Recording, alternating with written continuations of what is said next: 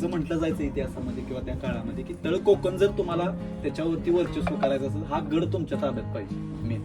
हा गड जर तुम्ही जिंकला तर कोकणावरती तुमचा वर्चस्व राहू शकतो. आता जर तुम्ही बांधणी पाहायला गेली तर आपल्या राजगडची आठवण आली की नाही. राजगडवरती आपण खाली बघितलं, सोळा माची बघितली, पद्मावती माची बघितली, तिसरी माची कोणती, संजीवनी माची, 3 माच्या बघितल्या, आणि वर बाले किल्ला बघितलं.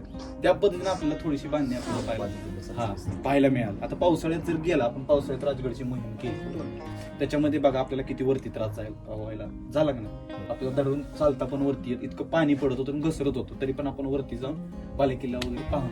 आता जर ह्या काळात पावसाळ्याच्या काळात जर तुम्ही वरती आला तर पूर्ण घसरण असणार आहे.